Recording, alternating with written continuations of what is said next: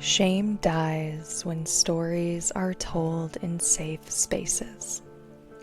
At Sisters of the Rose, we collect stories and create those safe spaces for people to heal through the power of self-expression and truth. We've created a sanctuary for people to speak their truths and alchemize their pain into medicine. Okay, everyone, welcome to the next episode of Sisters of the Rose podcast. And today we have a beautiful guest speaker, Echo. And Echo, I'm going to just leave you to introduce yourself to the listeners. Do you want to say hi? Hello. Hello, my name is Echo. Yeah, I feel really grateful to be here and feels quite synchronistic to be connecting together today. And I'm very curious and open to see what unfolds. Yeah. Beautiful. Oh, yeah, it does feel like that, doesn't it? The way we've come together in this topic and the way we met, actually. I kind of want to tell the story of how we met. We were in a sauna, and it was the moment where actually just we looked around and no one else was there. And we just had a really private, short and brief moment, but there was so much depth to the conversation. We were sharing really deep truths and connecting on the topic of Egypt. And I feel like at that moment I recognized you as the death and rebirth doula that you are. I really felt like I recognized the role you're playing in the world because I see myself also in that role. So thank you for being like this person that just automatically it was like, hey again, where have you been? What's going on? Mm. Yeah, that was a pretty special moment for me because I had just gone through the death of a relationship and I was like deep in heartbreak. I think I had just come out of the breakup 3 days prior, like 3 days out of a breakup, and with somebody that I was like deeply, deeply, deeply in love with and also attached to and devoted to. And so then we're in this transformative, like festival space where I'm holding space for shadow work and integration. And I remember that the sauna was always so busy. And that moment when I went, there was no one in there and it was just you and I. And it felt like spaciousness opened in that moment to have the conversation because Egypt had been calling me. There had been these like whispers. And then there you are. And you start talking about your work and you're like, oh, I lead trips in Egypt. And I was like, oh, do you? Yeah. Wow. Tell me about that. Yeah, and I think that reminds us of the deep trust around this work we do and the kind of divine timing of it all, and maybe it's the same if you find your way to this conversation today. But yeah, we'll be announcing in the next few weeks that Echo will be joining us as part of our facilitation team in Egypt this year in 2026, which is very exciting as well. And we share this common topic. We share this common topic of death, of rebirth, and I would love, yeah, to ask you to start with, how did this topic, this conversation, your life's work, like how did it start to find you? How did it start to emerge from you? I find that really, yeah, I would love to hear. Hmm. Well, the non-glamorous story is that the work began to work on me. And from a very, very young age, and I feel I want to preface this with, so much of what we see in the world now, especially in modern spirituality, like glamorizes the dark night of the soul, the spiritual emergence, even these periods of spiritual psychosis or the Kundalini awakening. We speak of the serpent's journey, whatever it might be around these spaces of breaking and shattering and chrysalis and rebirth.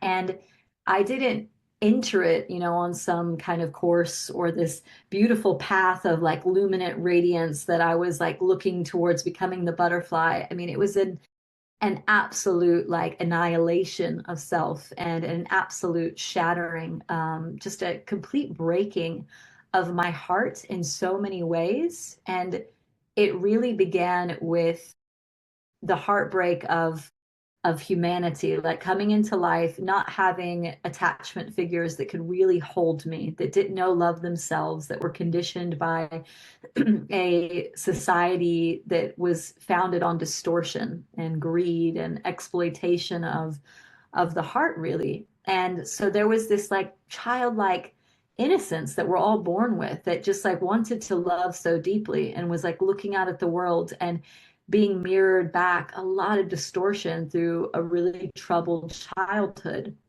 And a lot of my attachment figures, like my family, they one by one died at a very young age for me. Between 8 and 12, I lost most of my like key attachment figures. And this was incredibly painful and very confusing and disorienting to kind of come into that existential crisis so young, and to meet death so young when you're still forming, like that developmental part of the brain that is still forming between 6 and 10, that teaches us how to love, how to trust.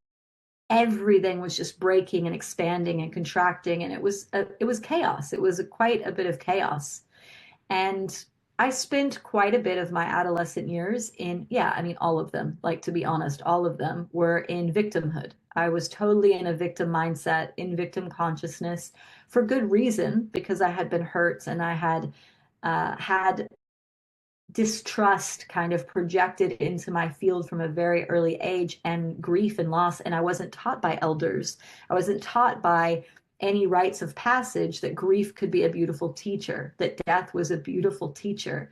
I was never taught to give gratitude to the earth that I was living on, or to speak to the directions, or that I could communicate with the river and the land. No one ever told me this. And so as I started to have these mystical experiences, in what maybe be pathologized from that early age, like a psychosis of complete disorientation or disintegration of the self, I just looked like a troubled child. But really, there was this emergence happening and a reorientation towards a world that was unseen. And so I learned very early to not live by practicality, or to trust rationale, or to never question science or fact, but to like listen intuitively to something that was like deep within me, and to become friends with death from a very early age. And again, I will not glorify it in the sense of I didn't just accept that path.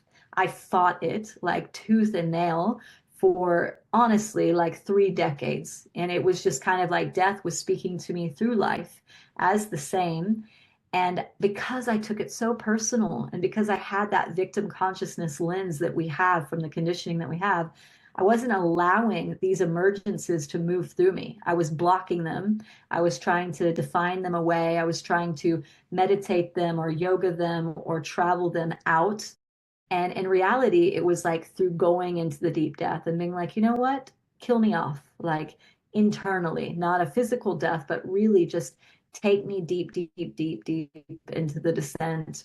I submit, I surrender. And it was like this initiatic surrender that finally taught me like the expansive potential of the human experience through the psychology and through consciousness, when we sit with mortality, when we sit with death, when we actually look at our finite and temporal existence with deep, deep reverence. It is a sacred path, and it is terrifying for some of us. Some may be able to jump onto the path a little bit more graceful than I did. But yeah, I feel like I came late to the game. My grace came late to the game. Beautiful. Thank you. Wow. I'm just noticing how beautiful it is for you to share that. And it's the reminder that, yeah, like I'm hearing from you, there's this really strong theme that wanted to work with you, but it's also you being ready in your human experience to adopt that with love and really say, yeah, okay, I'm ready to do this in a way that actually is more conscious, right? And that's so interesting with, yeah, with this idea around death, this kind of concept of death. And I'm the same. I notice, wow, this theme has always been alive for me. And I wonder why. And now I look at the, Egypt work, the initiatory work in Egypt, which is all death and rebirth. My name means rebirth, Natalie. And there's something around, okay, of course I know death intimately because I'm doing this work in this lifetime, right? And I really feel that with you. We share that somehow, that deep intimacy with this topic. And I really can't wait to just get under the skin of it a bit more with you, but also somehow may this be a conversation that breaks the taboo about this topic. Because yeah, we're getting there with grief, we're getting there with these topics, but somehow death and suicide is what I really wanted to bring today. There's still, yeah, a really big misunderstanding in the collective around this. And yeah, I wonder, even when I say that word, like how is your relationship to this word suicide? How has that been present for you in your life? I feel like it's such a short and simple word for such a complex situation Yeah. that is like so unique to different individuals. Mm. And it brings up a lot of sadness for me. It's something I've been reflecting on in the last week deeply, is because I feel at this moment, and this is again the synchronicity of us talking, even when you wrote me and told me last night, this channel that came through you, that this is what we were going to speak about. I was thinking about suicide, and I was in that space of suicidal ideation, not for myself, but in the contemplation of it Yeah. and recognizing it in my own journey, because I have been there. Mm. And in this moment where we're at in human history, I've had those very personal human feelings of where is it that we're going? And do I want to stay for that journey? Like, am I here for this ride? Is this the experience that I want to have? And there's so much to focus on if you choose to, that will tell you it's not worth it, and to check out of the game, and to um, yeah, to simply forfeit the energy that you would put into this life. And there's not enough cultural context around this, because to me also suicide, we talk about it being cowardly. I've heard about it seen as somebody that has some kind of mental weakness that is very cowardly. And actually I find it, and this could be taboo to say, but very courageous to actually take into your own hands the willingness to shift what you want to experience. Do I advocate for it? No. I want people to want to stay here. But when we have people that have this like very fragile and tender, but also strong human life, and they decide to check out, that to me is a failure upon society. If society is not taking care of its individuals and not creating rites of passage to create space for people that will not advocate for themselves, do not know how to speak, and are so isolated that that feels like it's the only option. And again, there are so many reasons why somebody would choose this. So this is not for everything. I'm generalizing. But to me, this is not a them problem, like these individuals that take their lives. It's an us problem. And Right. like, what can I do as like an individual in this world to create spaces that encourage people to stay and to Mm. show them that this is worth it? Like, no matter how hard it gets, no matter how much grief you feel, or desperation, or density, that too is something to stay for. And it's information to shift through and to find gold in, and to feel all of the things that we could feel as a human being, even the really icky, difficult ones. And to, yeah, just be somebody that helps people choose to stay in the Mm. experience. Wow. Yeah. I'm just letting those words land, because that's exactly like my wish, is for us to be able to have these conversations more openly, and it isn't about judgment or expectation or pressure. It's just a conversation we get to have, because I'm reminded of my journey with suicide, and I didn't tell anybody, like, at all, for 10 years. And actually I've only started really telling people I struggled, the last few years, when I've been strong enough in myself to feel safe enough to create the ways that I can now share it with others. But there's such an isolation piece for me that exists around this topic. So as soon as it's there, it's like we shut it down, because there's so much fear of not only what does that mean for me, but how am I going to be portrayed by the world? And I was looking at doing some research the last few days, and there's only one religion that condones, so interesting, one religion that condones or kind of accepts suicide, and it's Judaism. And I found that really interesting because of everything also that's going on in the world. But there was this kind of like neutrality. It wasn't a support, but there was a neutrality to that being the person's choice. And that speaks to what you're sharing, right? Around how courageous, or can we remember that there is an agency that that person has at any moment, right? And that's often what we're forgetting, that actually we do have at the core is agency.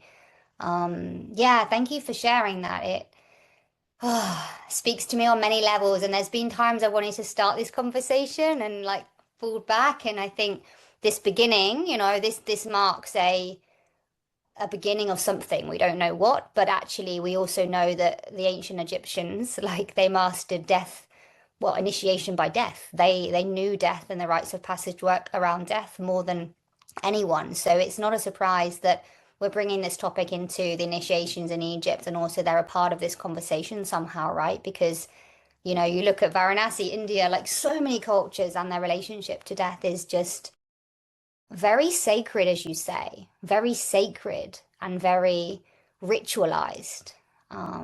So we would question, where did we lose that? Where did that distortion start to come in? Yeah. And something it's interesting because since I knew we were going to have this conversation today, I was sitting in a sauna earlier, and something that I had shared with you is I'm in one of those difficult phases in my life right now. I'm in a season, and I've called this last year the 12 months of winter.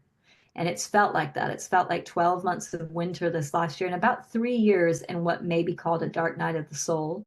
And it doesn't mean that I don't have joy and radiance and days of like jubilation and like glee. I have those days. But underneath it, there is like this underlying melancholy that I feel like when I tune into it makes sense. When I look at the world outside of me, there is a collective insanity and madness happening. And this topic has been coming up a lot for me lately because there is that feeling of, okay, wow, if I have good health and I'm going to live for a few more decades, do I want to live in this state collectively? And a part of me sometimes is like, no, actually, I don't want to. And that is a moment. Some days I have that feeling. And is it that I want to die in that moment? No, it's that I don't want to live.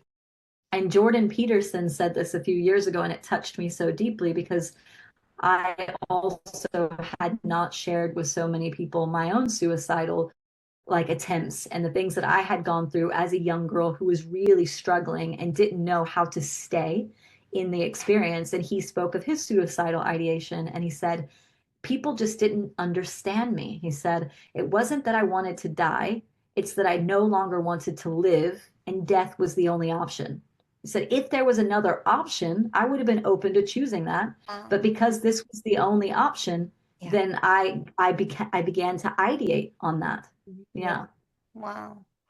Oh, and then what I was going to say, so this, as I sat in the sauna today I ran into my housemate, and I started to share a bit more tenderly with her about my process and where I'm at right now in this season of my life. And I could feel energetically, and again, it's a sauna story, the way we began, you and I, it's another sauna story. But there was this woman, and I could feel her energy in the space. Even though we were whispering, she wanted to enter the conversation.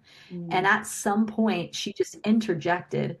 And I had said suicide, and she literally said that phrase out loud to me that I heard from Jordan Peterson. And she said, well, it's not actually that I want to die. It's that I don't want to live. And she said it in such truth and in such presence. Like, this is how I feel right now in this moment.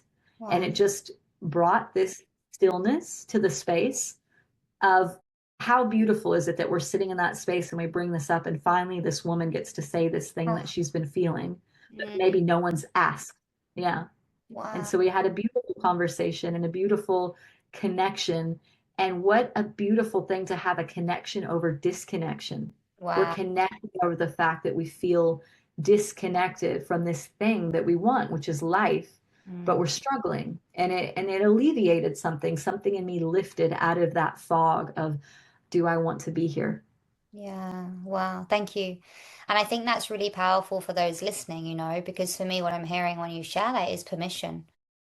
Like, yeah, it makes sense that a lot of us go through those moments right now where we're like, we look at the world and we look at our place in it and we're like, yeah, that makes sense.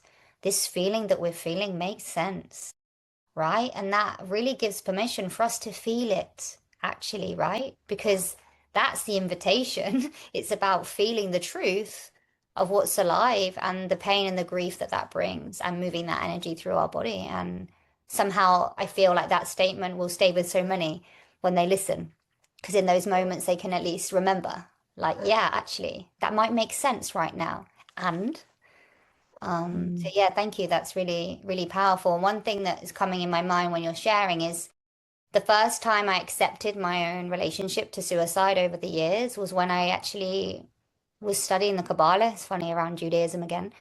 And they were explaining in this teaching that when the soul is ready to leave, or ready to upgrade, like a soul evolution, suicide is the gateway. And it made so much sense to me because I was like, every time I've been in that, there was some kind of like really big breakthrough, right? On the other side, some kind of really big piece that I had to learn that I was strong enough to move through. And that changed everything. I'm getting goosebumps saying that because it's just like, Yeah. wow, what if that is initiation? Right? Hmm. And what if we can reframe it of like, wow, I have that thought again. Okay, cool. What's happening in my world that makes me feel like that? And it really helped me understand like the higher consciousness of like the soul plane, and the way he spoke to that teaching just really helped me accept my journey. And now when those times come, it's more of an embrace. It's a welcome. It's like, okay, let's sit and have a tea and have a conversation. Like, what do I want to listen to? Not like, how could I push you away and bury you because I have so much shame around feeling this feeling. Hmm. Oh, yeah. I mean, there's a key word that you say there that leads me onto yeah, just a pathway around initiation. Like when you use the word initiation, and something that I was reflecting on, and it's becoming so clear to me in the last few days, if not like the weeks and the months of this particular winter phase that I'm going through, is I remember about a year ago, I wrote something and it was like, what if your dark night of the soul isn't about you? And what if it's an initiation? And what if it is God or source, the beloved, the great mystery, whatever you want to call that higher consciousness and your truest self, like when you're connected to source energy? What if that moment when you have the thoughts of death, you have the dreams or the visions of that, or if you have that suicidal ideating moment, that you tune in and you ask, why does it make sense? And like, how could this be beneficial to like where I'm at? Where is the energy in me stuck that needs to die? Because what I do understand about my own initiatic kind of journey is that I've had to bury myself many times. And as long as I'm in victim consciousness and I'm taking it personal, I stunt my growth. Like I get stuck somewhere at a threshold and it's like I'm at the edge of the cliff and I'm going off no matter what. Like the mystery is going to throw me in, but I have the option to either jump or to be shoved. And so many of my earlier initiations, I had to be shoved. And so it's funny because people will come to me and I've been told many times how brave I am and how courageous. And it's so ironic to me because I don't feel brave or courageous. Now I'm beginning to, but I felt like I have been so fearful. So much of my life has been in fear of power, of my power, of expression, of being loved, of not being loved, all of these things, my fear of death, like really realizing my absolute terror of my mortality, of the fact that I am, and at some point I will be not. Like to actually sit with that futility almost and to feel so small, it when you actually sit with it, and when I got past my fear of it, and you become so emptied of yourself and all your preferences and all your belongings, and the fact that everybody that you've loved is going to, you're going to lose them. You're going to lose them through choice or through death. The only thing that is certain is that you don't get to keep anything. You don't even get to keep yourself. And we talk about these breakups that we go through and the heartbreak, and it's so tragic. And the reality is, in your last breath, you have to say goodbye even to yourself. And so when you can do that over and over again in practices of, maybe you have a difficult conversation with somebody and they say very terrible things about you, or they perceive you in a way that you don't perceive yourself. Let people believe what they want to believe of you. What if you were the worst things that anyone has ever said about you? What would it actually matter if that person believed that? Who we are to people isn't our business. Even our path isn't our business. It's about showing up in those moments, tuning into what feels uncomfortable. When we feel death knocking and we feel suicide there and we have those thoughts, what can we sit with of, okay, why does this make sense? And what is the next best step? I don't have to figure out my whole life plan or what I'm going to do next month or next year. But in this moment, in the darkness, in the emptiness, or in the overwhelm, in the hypervigilance, like take a breath, make a tea, and take baby steps, like one foot in front of the other. Because that moment, if you are dying, you're having that suicidal experience. If you're crossing the threshold and having a metaphysical death or this psycho-spiritual emergence, slow down and take a breath and feel it, and like feel it so fully and attend it and be present to it. And when you can do that, there's so much that can come through, like so much insight that can come through when you don't take it personal and you don't victimize yourself and you don't go into complete collapse. Beautiful. Wow. Thank you. Yeah, I think for me this is about more and more people seeing this as an opportunity too, right? Because we hear of the difficulty around this subject, but it's also like what was coming through these last few days when I was having my own journey around like accepting the phases in my life that I had these really deep initiations around suicide. It was actually about, on a soul level, I laugh because it's like, of course, I'm going to know death if I want to know life, if I want to help people through these portals of initiation. I'm going to have been initiated in death. And for me, that suicide had I had OCD as a child. So I didn't leave the house for about 18 months at one point, and I was very plagued by this mental condition. Yeah, I spent a lot of time trying to not be here, as a teenager. And it was like, around 16 to 21. But it was almost like, I get to befriend that now as a topic and really do the real alchemy around it. Because right then, it's like back then, it was still avoidance. I was still not understanding why me. There was a victim consciousness, right? Whereas now, I can know on a soul level, like I absolutely chose that experience so that I could know the feelings and the resonance of those that come to these spaces and the reality of the truth of what's being felt in those moments. And there's something around Egypt. Like I know that I'm kind of I know and I don't know, right?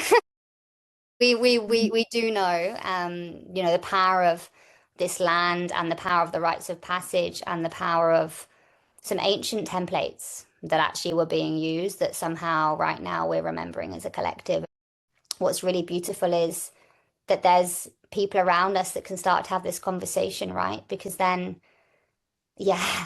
what if this is just the beginning for someone just to hear this topic being spoken about in a slightly different light? For me, that's how it begins. And then, like you say, maybe there's then an evolution of death becoming a friend. And then we can embrace it like a season. We can embrace it as a teacher. And I remember this, I was in an ISTA training with Bruce Lyon, and he was just like talking about, death. And I was just arrived from having a big ego death in India with Bufo, completely lost my identity, like completely back to like, almost like, okay, human, good. I'm like ready to go again. And he's like, you've got to die again. I'm like, oh no, I can't. I've just done that. But it was true because it's like, and how do I embrace my relationship to this being, time and time again, like you say, what part of me needs to die? And every time that ideation comes in, there's something in our life, right? That's causing heaviness, that's causing restriction, that's causing contraction. And what if that's the opportunity here? What if that wants to be like, that's the piece that wants to be seen? I have Yeah. two ways to go here, and you speak first because you want to share something, and I have two questions, and I'm going to get you guide me because I have so much that I want to speak to on this Give me subject. the two questions. Give me Give the you two the two questions. questions. Okay. So the first is Bufo, because we both share, this piece around Bufo being the medicine that actually really initiated us. And we share that story and we share that truth around this medicine being somehow an intimate friend in terms of helping us to embody this conversation more deeply. And the second is the rose, because Mm. we both also have a very strong connection to the rose. And yeah, I'm curious, maybe you want to speak to both, but if one of those feels true for us to kind of thread into the conversation somehow. So let me see where I go with this because both of them were just sitting in my mind before you said that. So it seems like they're both present. Yeah, so one thing I want to speak to, I'll start with Bufo and the rose will come, but with Bufo alvarius or 5-MeO DMT, the synthetic strand. One thing that I want to speak to here because there has been like just an amplification of working with medicines in the modern spiritual community and like worldwide. This has been spreading for the past, I mean, 10 years, but also it's gone way further than that. But there has been a big amplification of it, especially with Bufo alvarius recently.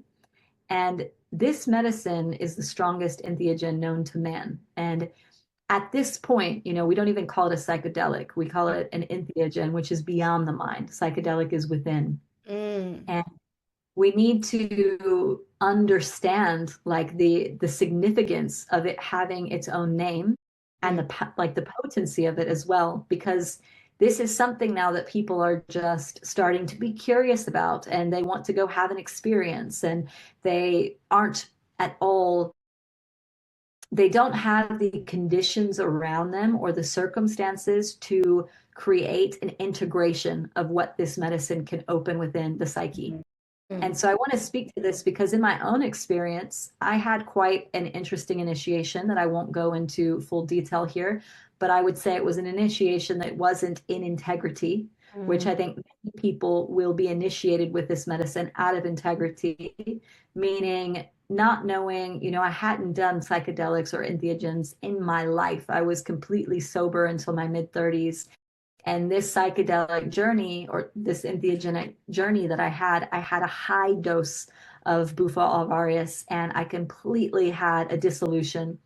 And the person I was connected to in that moment was like an intimate connection and didn't lead me towards any integration. I didn't have any circumstances around me. I didn't have money at the time. I didn't have a steady housing. I didn't have community. I didn't have a car. wow. There were certain base level resources that I didn't Mm, have to be grounded in myself and rooted afterwards in the aftermath to ground my experience.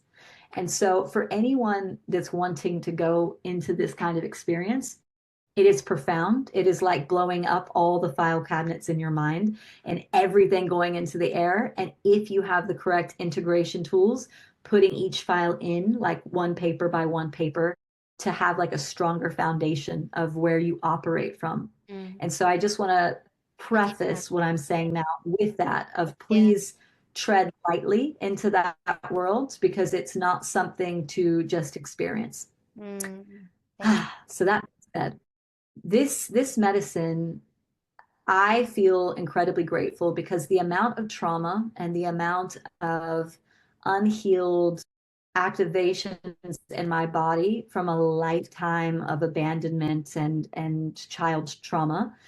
I do not believe personally for myself that I was going to be able to move through the extent of what I went through without some kind of interjection.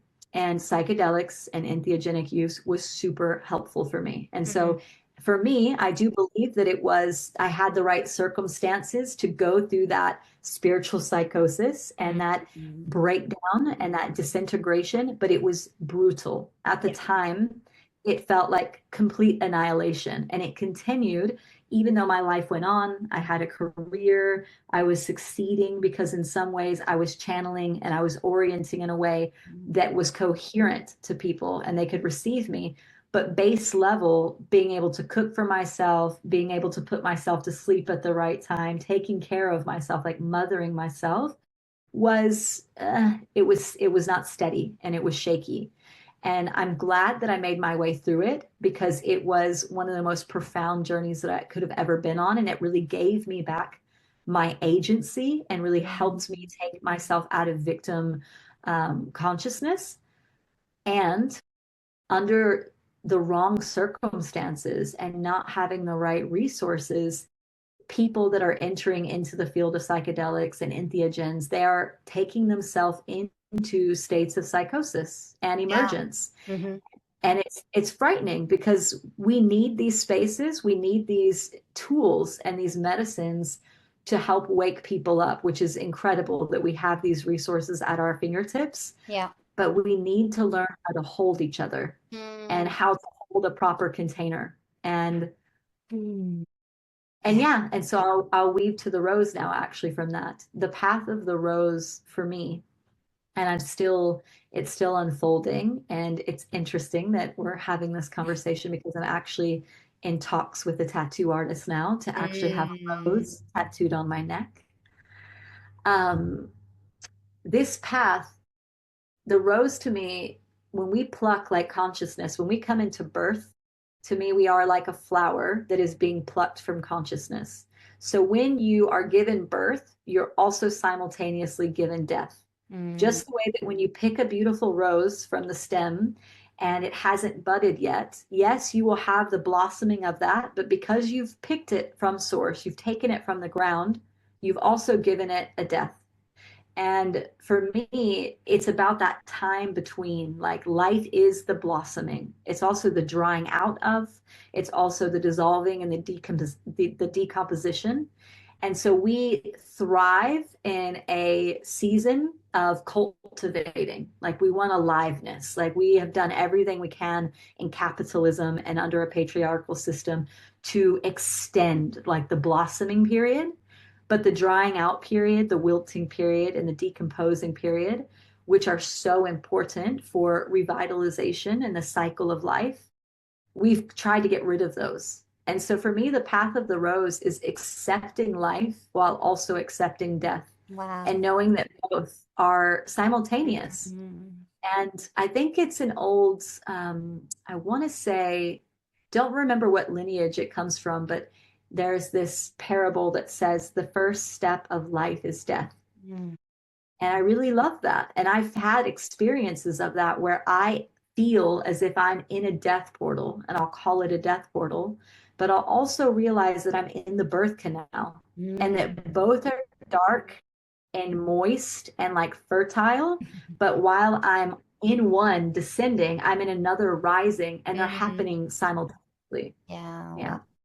Thank you. And that's the path of the rose for me. Yeah. I mean, you're speaking and I'm just getting like clearer and clearer why we've met. I'm like, yeah, yeah. Yeah, you get it. Yeah, thank you. And thank you. I think that thread from Bufo to the rose was a really beautiful one, because there's something around the dissolution of the ego being the key to the consciousness of the rose, you know, because it's like, oh, actually, yeah, the rose requires us to be in a frequency of unity. And in order for her frequency to work with us, it's actually, we need to be in the we, right? We need to be in the collective. We need to be in the unity. We need to be beyond I, beyond self, beyond ego. And Bufo gets us there, right? That's one way that we can understand what it means to be beyond self, beyond ego, beyond identity. And that makes a lot of sense with how you explain it. And thank you, because I do get lots of questions around, but how does it work with the rose in Egypt? And it's like, it's just so deep that you're going to feel it, and you will feel it. But finding the words for that is sometimes very hard, you know, like Isis initiated. I imagine initiated by Isis, of course. But this piece you just spoken to, for me, speaks to that message very deeply. You know, how can I even attune to a frequency of consciousness, of unity, of we, if I haven't had some kind of dissolution of the ego, if I've not touched death, if not, I've not understood or felt something much bigger than me. And for me, Egypt does that. It's, yeah, carry on. I want to, as you say that, something that feels important to say that's coming through as well is I'm an individual that has a very large capacity for chaos and order like simultaneously. And I've recognized that about myself, but that is not the same conditions for every human Yeah. being. Yeah. And something that I want to say here, and it sounds like you walk a path where you can go into those threshold spaces, you can go across the threshold, and you can trust that you will come back. And I have met people, and I've learned now from making mistakes in relationship and intimacy and friendship that I have this tendency to believe, or at least in the past, to believe that I can be met there and that everyone wants to cross the threshold and that everyone has the capacity to expand and that everyone can have these experiences and reintegrate. But this is a dangerous way to proceed in going into these spaces because when we're holding space, and as you hold the initiation for these Isis initiations and divine union, and I'm holding a lot of space around the wounded masculine and the wounded feminine coming together. I want to trust that everyone has that capacity. But for some people, when those resources aren't there, those grounding resources, or they're not in their body, they don't feel their intuition, they don't know their proprioception, they're numb, or there's a disconnect from their like physical experience. It can be dangerous to bring these people into these spaces because we can't trust their yes, we can't trust their no.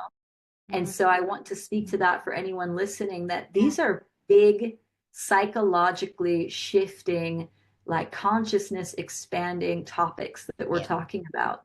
And they might sound inspiring and juicy and sexy, and we want to go to this retreat or that retreat or try this medicine or that medicine. But this is, when you choose these journeys, this is the true hero's journey. And it's also the fool's journey, because the hero's journey, he always gets through, or they get through, and they're telling you this grand story of they've made it to the underworld and they've come back, and Persephone is, proceeded into the spring. But the true hero's journey is the one that is deep down in the underworld and is meeting the void and doesn't know if they will ever come back, and can surrender to that and still feel it. And so we have to stop over celebrating. It's like hero's journey and all of these different experiences that meet people in the threshold, and really meet people where they're at. And I'm learning that I have that wide capacity, and I think you have that wide capacity. And when we invite people in, we do our best to hold a space that people can feel unsafe in, actually not a safe space, but a place for you to meet the unsafe parts of you. But you have to be willing to meet the edge and to go over and trust that what comes out on the other side is what is needed. Thank you. Thank you so much. And I'm just reminded why there's a deep trust around Egypt, and a deep trust about who comes in actually, because for example, we can't hold what we've not been through in ourselves, and we can't necessarily create a container unless there's a real lived experience piece with those embodying this truth around us. And what's super interesting is the people that are now coming in to assist and support and facilitate in Egypt, and the people that are looking to come. It's almost like there's a real readiness for this, but it's like I wouldn't do it any other way, of like, yeah, we're doing this together, because actually I think our experiences with Bufo has shown us what can go wrong. And if you've been on the edge where it has gone wrong, I've spoken to you about my experience where the shaman left the country and I left my body for 5 days and I really struggled to come back. I ended up in Egypt for this reason. That's the worst possible scenario. My astrologers tell me you are not meant to be alive. Like that was literally like, and I'm like, yeah, I know.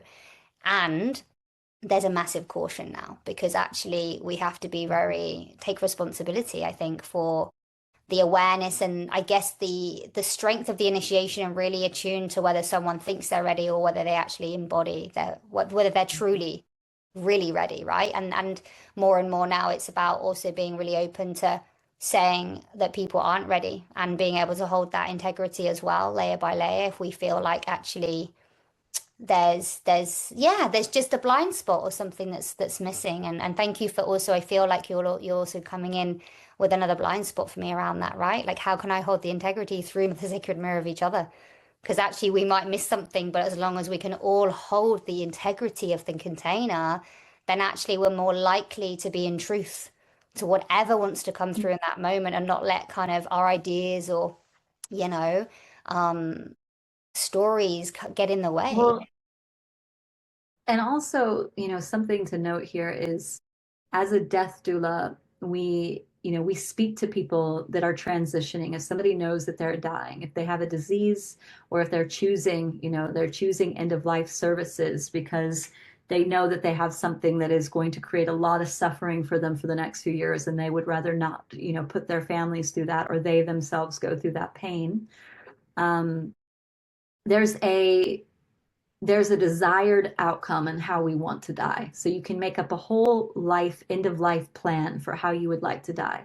And the reality is, it never works exactly as you want it, especially if you're going through a disease, or if you go through a spontaneous death. Something happens. You can walk in the street and get hit by a bus, or you could be on your cell phone. I don't think anybody wants to die walking across the street because they're texting somebody an emoji. But the reality is that we don't have control over how these things happen. And it's the same when we're going through spiritual emergence, we're going through metaphysical deaths or these dissolutions. Again, we might have heard, listened to a podcast, or heard somebody talk about ayahuasca or bufo, and we're like, okay, I'm set. I've got a place rented. I'm going to take care of myself. I've got all the resources that I need. But we have no idea what we're going to meet on the other side, or what our perception of the other side is going to be like, because every person meets death differently. And so the reality also is, if you are stepping onto this path of initiation and you are working with expanding the consciousness, you also have to be willing to face chaos and to face true lack of control. And so for anybody that's walked the initiatory path, and I'm not saying this to take anybody into fear, but to truly show up for these things, because it's not an easeful path. This has been, like, the path that I walk is very difficult, and people get to see what comes out of it. They get to see the words, they get to see the inspiring poetry, or, the different offerings that I do, or the beautiful ceremonies, but they don't see the endless hours of staring into the void and, like, laying down with my belly on the earth, the silence, not even listening to music, really working hard to get up and give myself tea or to take a shower. These things are true parts of that initiatic path, especially when we're talking about suicidal ideation, and they're difficult, and it is incredibly painful. And those parts aren't celebrated. Nobody's tweeting those, they're not putting them up on posts. And those are the parts that make this conversation possible. And so this conversation, this podcast, can be celebrated for what's been shared through the channel now.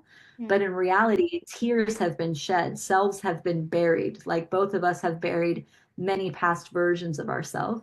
And so I want to celebrate the ugliness and the grittiness and the doubt that each of us, I'm sure, have had in ourselves, of the strength that we might not known at the time that we even had, but that we had to meet, and we had to labor. Like, we've had to labor ourselves. It's been a long labor of self. Wow. Thank you.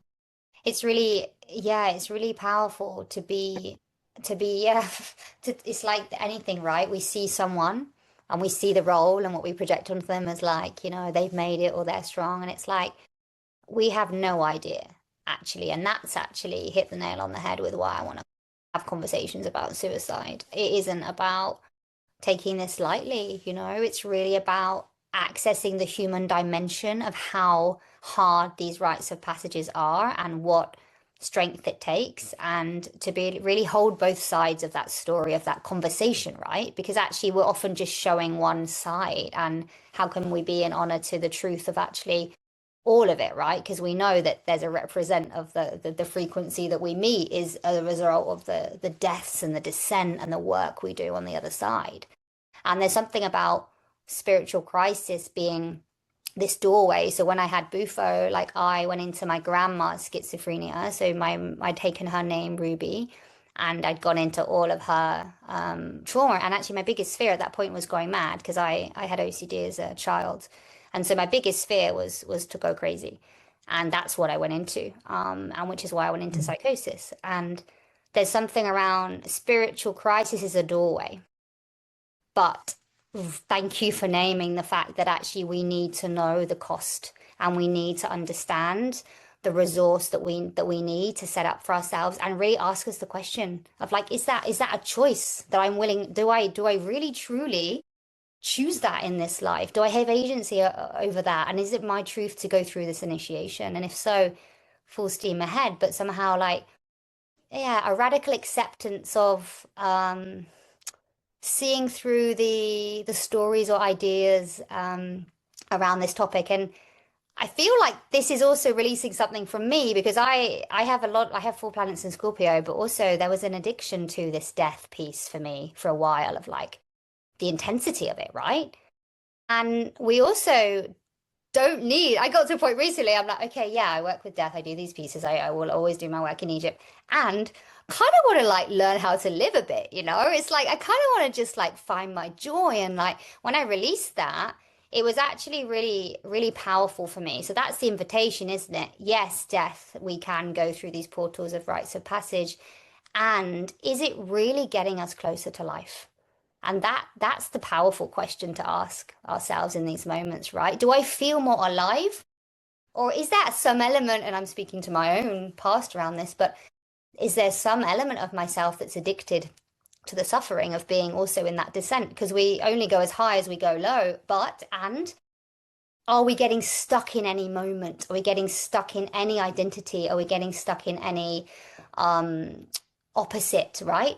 And for me, that's why I also have now a beautiful, like people like you around me that can also hold me to account with that and really make sure that I'm also not getting lost in any of these ideations along the way. So thank you for naming that. It felt very powerful to offer like the whole spectrum around this topic.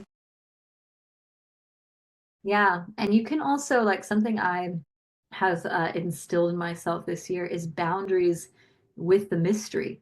You know, you can be codependent with the mystery. And I feel life, has a desire through you. And the emptier you become, which these initiations do, I feel like it's the great emptying it, like the great emptying is what I've been calling it, because it feels like I've been shelled out. And of course, I'm still a human. I still have ego, but so much of my preferences and the things that I wanted to control to feel comfortable, those have been pulled from me. And the more that they're pulled from me, the more spaciousness there is for life to work through me and to speak and to offer space and to hold ceremony. And this year, when I got called to Egypt with you, actually, and then with like 4 other people in the same month of November, life was saying, Egypt, go to Egypt. You're supposed to be in Egypt. And I had dreams, I had visions constantly of the Ankh tattooed on my neck and the Eye of Horus on my back for like a year before that time. It was the first time I said no to the mystery. I said, no, actually, I'm not going because I'm exhausted and my body is exhausted. My capacity, if I dive, if I go deeper to the descent, I don't know if I'm going to make it back. It's too much. And so it was my first time of kind of disobeying my father, like the great mystery, Wow. father, great mother. And I stayed, and I've been in the UK now and will be in the UK for the full entirety of 6 months for my visa. And now Egypt is coming back in for the fall.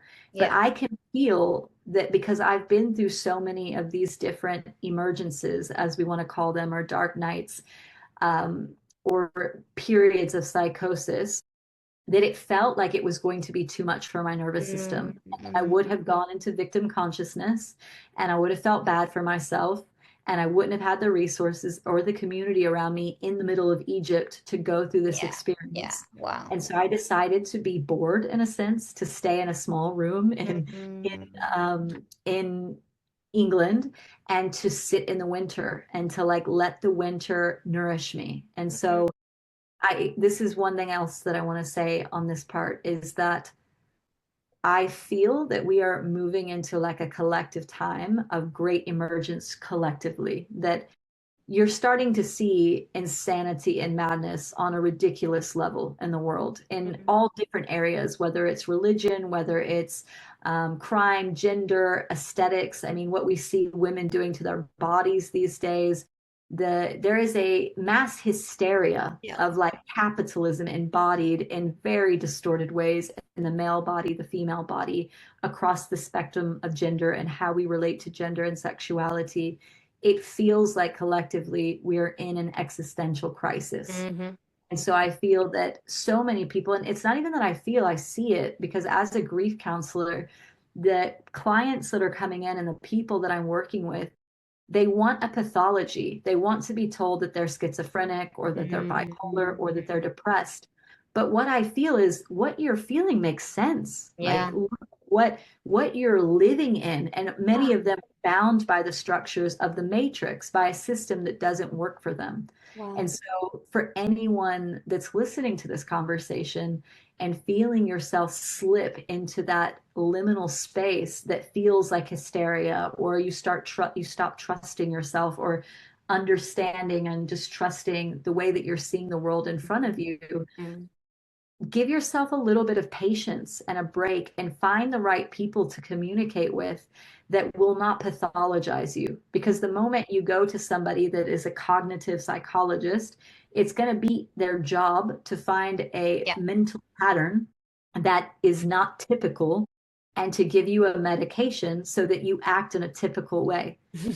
These are not typical times. Like, this is a mystical time. And because there's so much structure that is like binding us in the kind of the matrix, the system, the mystical is also rising. And I'm seeing so many profound mystical experiences that cannot be practically explained, that people are having, and people that are having within the system. And they're like, what is this crazy experience? And they're Yeah. trying to describe it. And so my prayer is that there are more spaces like this, more conversations like this, that take away pathology and they make sense of these very spiritual experiences that people are going to have when there's mass hysteria and Yeah. when there's like a mass insanity of the way that we relate to each other. And Mhm. I'm not afraid of this time. I'm excited Mhm. because I do think that we have the capacity as a whole to hold chaos while these structures crumble and fall. Mhm. And there are people that you can trust, and you need to be discerning about that, who you trust and which spiritual leaders and these kind of guru types and medicine men and women that you walk with. Make sure that you turn your body on enough and that you do your physical practices and you breathe in a way that brings like full breath into your body so that you can begin to feel your intuition and know your truth and know who to walk with. Because there are really amazing voices in this world that want to help people, and not because they want to make a bunch of money or Yeah. take on your power, but they want you to be awake. They want you to be alive, and they want you to not just suffer and endure life, but to actually like celebrate it and to live it. Mhm. Yeah. Wow. Thank you. Thank you. I know there's going to be many more of these conversations. I feel like you're the first person that, it came through to speak to you about this topic, but I feel like there'll be more spaces. There's a desire to bring us together in these conversations more regularly and to really explore, like we have today, really the opposite within them, right? So we don't get lost in the distortion, because that's the risk. It's like, how can I see the whole picture? How can I really fully lift the veil even more around some of these topics?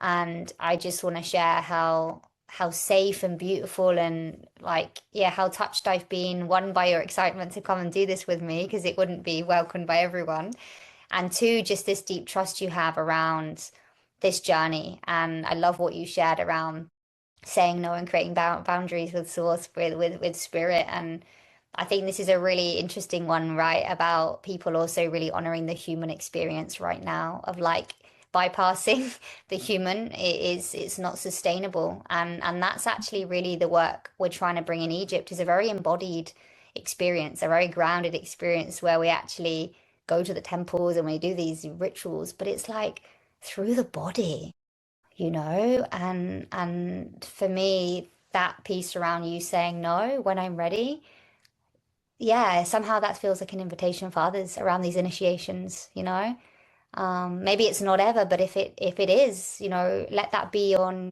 your terms and really be in deep integrity with all parts of you.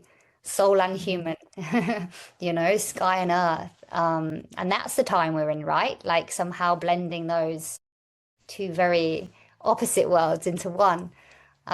Is there anything that you feel like you'd like to share right now about your offerings, the way people can find you? I obviously am part of your beautiful Patreon channel. Like I'm curious if people are really touched by you and your musings and your transmissions, how can they find more about you? So Patreon is a wonderful place. I run a mystical yoga school. So from an esoteric lens, because like as I said, I believe it's so important to be in the body, like fully present in the body. And so I feel so grateful that my path of yoga began about 20 years ago. And it's been such an implicit foundation that's like beneath everything that when there's chaos, I have my practice and I can like ground and bring my body to life. And so for anyone desiring to give themselves a foundation and to give them like the simplicity of ritual in everyday life, this is an online course that will begin in March, but it goes one cycle each year. And it's about 6 months online with 4 months of that online and 2 months of integration. And then we generally meet in person somewhere. And so this year we're going to meet most likely in Ireland in the fall for the embodied 2 week part of the experience in the fall. And I do different sessions online. I work with IFS, so internal family systems, and I'm a Reiki healer. And I also do Shibari therapy. So I work with people around submission and dominance and trust in like that being held through work with somatics and with Shibari. So there's lots of different offerings. So they can go to my website, which is ourecho.life. And also on my YouTube channel, there's hundreds of free meditations and yoga classes. And so if anybody wants to have like a daily practice, there's hundreds to choose from on my YouTube channel. So yeah, Thank you. And thank you for asking. yeah, and thank you for bringing the medicine you do in the world in the way you do, because I find it very inspiring, and I'm really excited to see what we will co-create together this year. And yeah, for those listening, Echo will be part of the women's initiation, which will be November this year, and it'll be in Aswan, which is always in Aswan, Egypt. And yeah, it's going to be the third time we've run it, and every year is deeper, and every year is there's more depth and more integrity and more authenticity and more truth somehow. And I notice like how it's beautiful that on some level I'm like, yeah, that's just what I do. I'm not searching for like this thing I need to find I do anymore. It's like, yep, pretty much I took a vow, I feel on this level, and it's like, yeah, this is what I do. But what I get to witness is how I expand through you, how you come in as part of my team, and I'm already kind of consuming your yoga, and I'm learning, and that's such a gift because my work is also my own portal for growth, and like that is such an honor, right? Because it's like I go to something I host and I learn and I am the student, and I really feel like what a gift it is that people like you just come into my life in this way with deep trust. So really, really honoring you and thanking you for this conversation. And I'm sure there'll be more clarity about how we want to bring these spaces more through in the world for others. But thank you guys for listening, and please reach out to any of us if you have any questions. We'd love to hear how it landed also. Yeah.